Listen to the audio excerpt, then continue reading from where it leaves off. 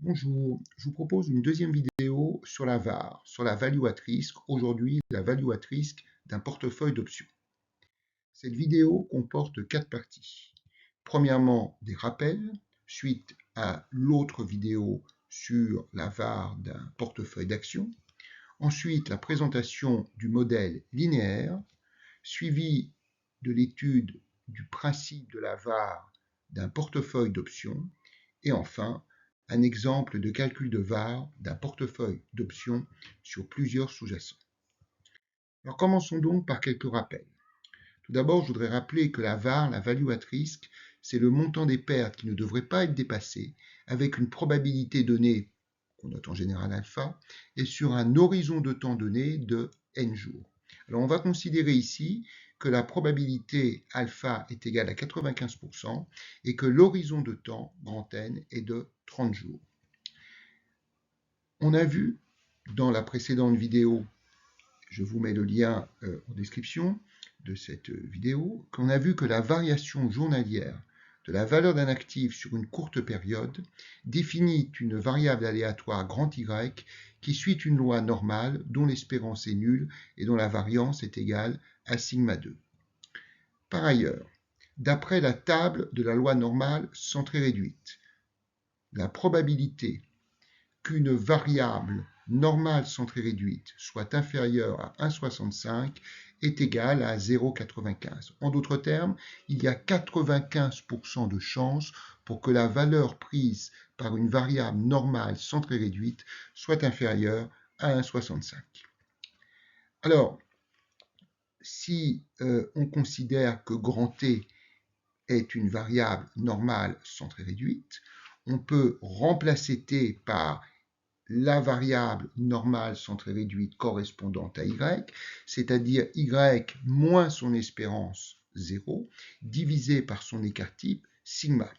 Et donc, on se retrouve, en repartant de P de T inférieur à 65 égale 0,95, avec P de Y moins 0 sur sigma inférieur à 1,65 égale 0,95. En se débarrassant du 0 et en faisant passer le sigma de l'autre côté du signe inférieur, on se retrouve avec P de Y inférieur à 1,65 sigma égale 0,95. La VAR à une journée est donc égale à 1,65 sigma. Et si on veut maintenant la VAR à 30 jours, il suffit de multiplier ce 1,65 sigma par la racine carrée de 30. Alors passons maintenant, avant toute application numérique, au modèle linéaire. Alors pour cela, quelques principes.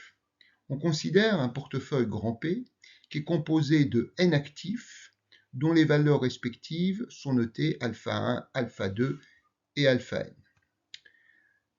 Les rentabilités journalières des n actifs sont notées respectivement delta x1, delta x2, etc., delta xn. Ainsi, la variation de valeur du portefeuille est égale à la somme, pour i égale 1 jusqu'à n, des alpha i que multiplie delta xi. En effet, si le portefeuille était composé d'un seul actif, la variation de la valeur de ce portefeuille serait égale à la variation de la valeur de l'actif. Et la variation de valeur d'un actif n'est pas autre chose que sa valeur que multiplie son rendement. Si j'ai un actif d'une valeur de 100 euros et que j'ai un rendement de 3%, eh bien ça veut dire que la variation de valeur de cet actif va être égale à 3% de 100, ce qui fait 3. Donc delta P est égal à la somme des alpha i delta xi. On va noter les volatilités des n actifs, respectivement sigma 1, sigma 2, etc., sigma n. Et on va également définir le coefficient de corrélation linéaire entre les rendements des actifs I et J, et on va noter ça ρ indice IJ.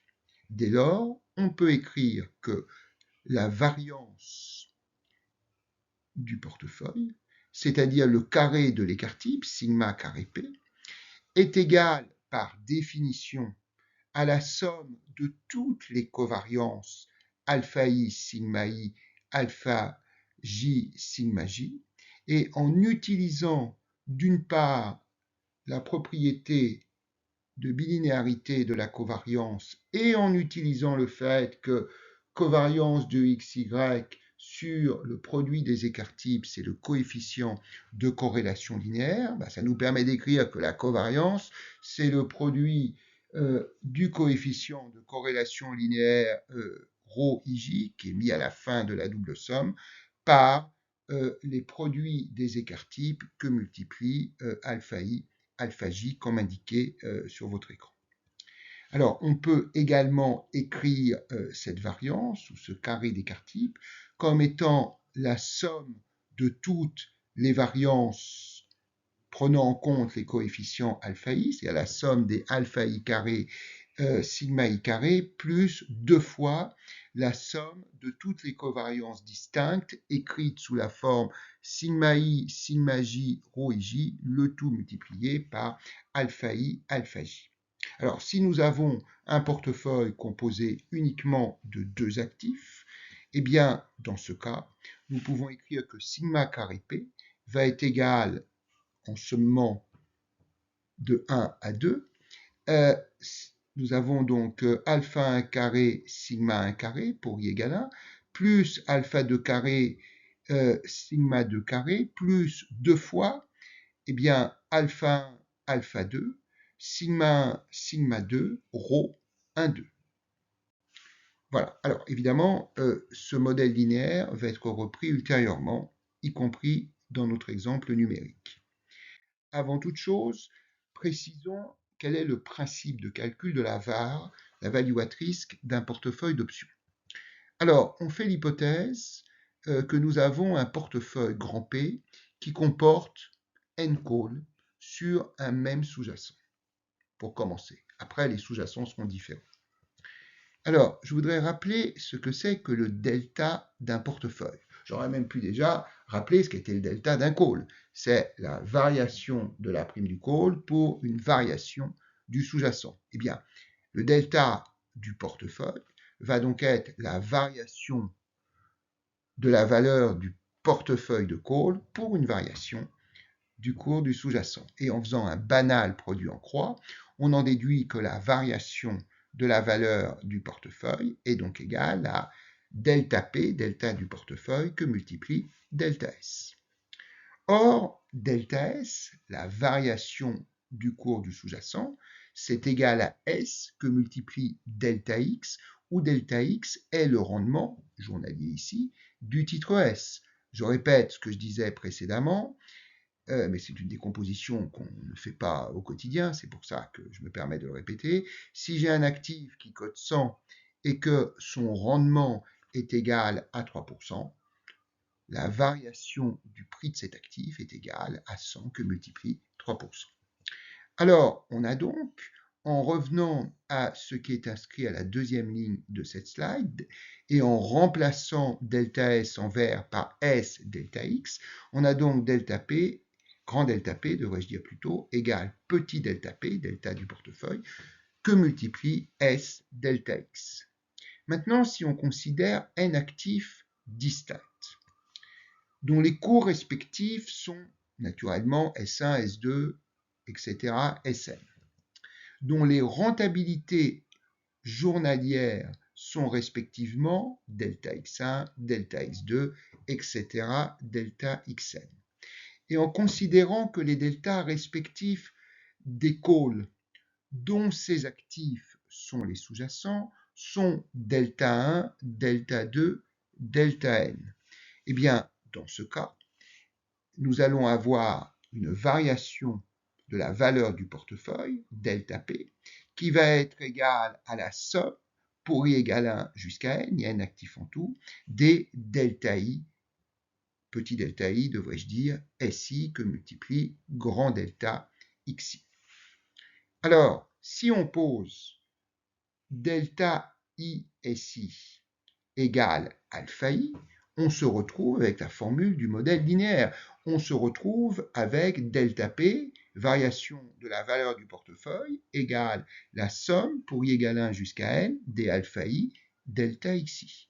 Et puisque nous retrouvons la même formule que celle du modèle linéaire, on peut appliquer la même formule pour déterminer la variance ou le carré de l'écart type, c'est la même chose, du portefeuille.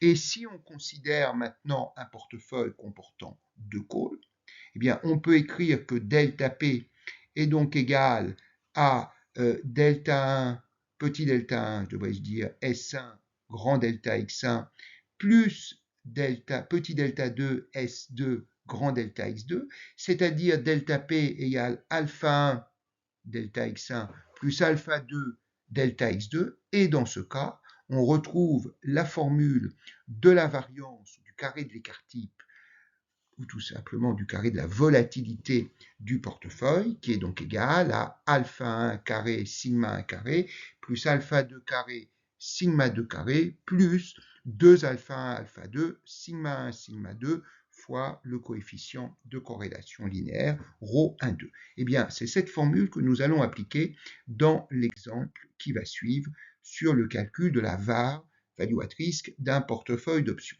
Alors, je commence par rappeler ce que je viens de dire sur la slide précédente. C'est-à-dire qu'on considère un portefeuille qui comporte deux calls sur deux sous-jacents différents. Nous savons que la variation de la valeur du portefeuille, delta P, est égale à petit delta 1 S1, grand delta X1, plus petit delta 2 S2 que multiplie grand delta X2. Et en remplaçant bien évidemment petit delta 1 S1 par alpha 1 et petit delta 2 S2 par alpha 2, on se retrouve avec grand delta P, variation de la valeur du portefeuille, égale alpha 1 delta X1 plus alpha 2 delta X2. Alors, il s'avère que cette formule n'apparaîtra pas dans le résultat final et ne sera même pas appliquée numériquement.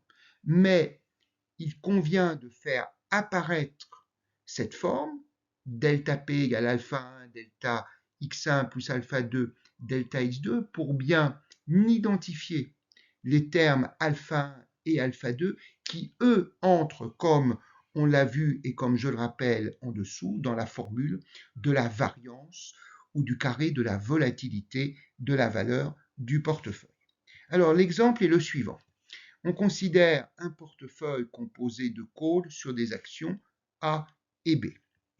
On va supposer, comme dans la première vidéo sur la VAR, que le cours de l'action A, noté grand S1, est de 100 € et que le cours de l'action B, égale S2, égale 50 €. Évidemment, ces actions sont les sous-jacents des calls dont on va parler dans un instant. La volatilité journalière de A, qu'on peut noter sigma indice 1, est de 2%, et la volatilité journalière de B, qu'on peut noter sigma indice 2, est de 3%. Mêmes hypothèses numériques que dans la première vidéo. On fait l'hypothèse que le delta de tous les calls, la somme de tous les deltas des calls sur A, delta 1, est égal à 2000, et que le delta de tous les calls sur B, leur somme, delta 2, est égal à 1000. On fait l'hypothèse, toujours sur le modèle de ce qui a été fait dans la première vidéo, que le coefficient de corrélation linéaire entre les rendements des actions A et B, ρ indice 1,2, est de 40%. Dans ce cas, si l'on reprend l'expression qui est en gras sur la troisième ligne de cette slide, delta P égale alpha 1, delta X1 plus alpha 2, delta X2. D'accord? Alors, qu'est-ce que c'est que alpha 1? C'est petit delta 1, S1. Donc, petit delta 1, delta des calls sur A, c'est 2000, que multiplie S1, qui est le cours de A, fois 100. Le tout que multiplie grand delta X1, plus alpha 2. Donc, alpha 2, je rappelle en vert que c'est delta 2 S2, c'est-à-dire delta des calls sur B, 1000, que multiplie S2, cours de l'action B sous-jacente, 50.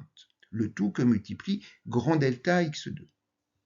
Eh bien, ça nous donne delta P variation de la valeur du portefeuille d'options égale 2000 fois 100, ça fait 200 000 fois delta x1, plus 1000 fois 50, ça nous fait bien évidemment 50 000, le tout fois delta x2. Alors, si maintenant on veut la VAR à 30 jours au seuil de 95%, on a besoin de commencer par calculer l'écart type des variations de valeur du portefeuille selon la formule qui est sur la 4e ligne de cette slide. Alors, en réalité, ce qui est sur la 4e ligne, c'est la variance. Si on veut l'écart type, il suffit de prendre la racine carrée de la formule qui est en 4e ligne de cette slide. Donc, racine carrée de, eh bien, alpha 1 carré, je rappelle que alpha 1, c'est ce qui est en bleu, c'est 200 000, donc au carré, que multiplie sigma 1 carré.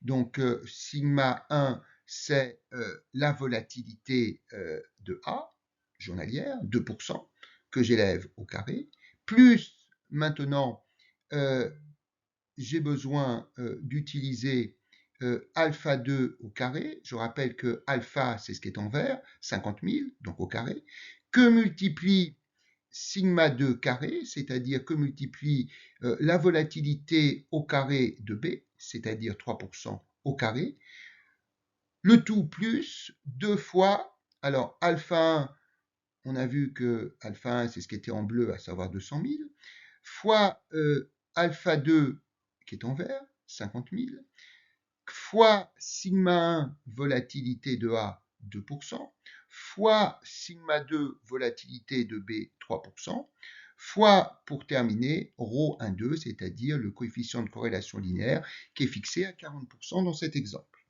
Tout calcul fait, on obtient 4800.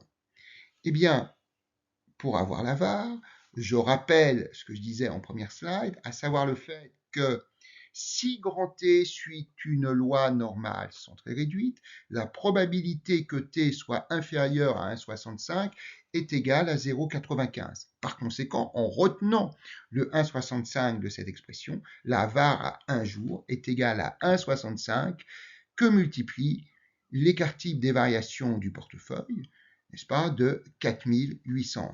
Et tout calcul fait, ça nous donne une VAR de 7 922 €. Je rappelle que nous voulons la VAR à 30 jours. Dans ces conditions, il suffit de multiplier la VAR à un jour de 7 922 € par la racine carrée de 30, ce qui nous donne 43 389 €. Ce qui veut dire en français qu'il y a 95% de chances pour que la perte de valeur du portefeuille de call que nous considérons ici soit inférieure à 43 389 € dans les 30 prochains jours. Ou, ce qui revient au même, il y a seulement 1% de chance pour que dans les 30 prochains jours, la perte de valeur du portefeuille dépasse 43 389 €.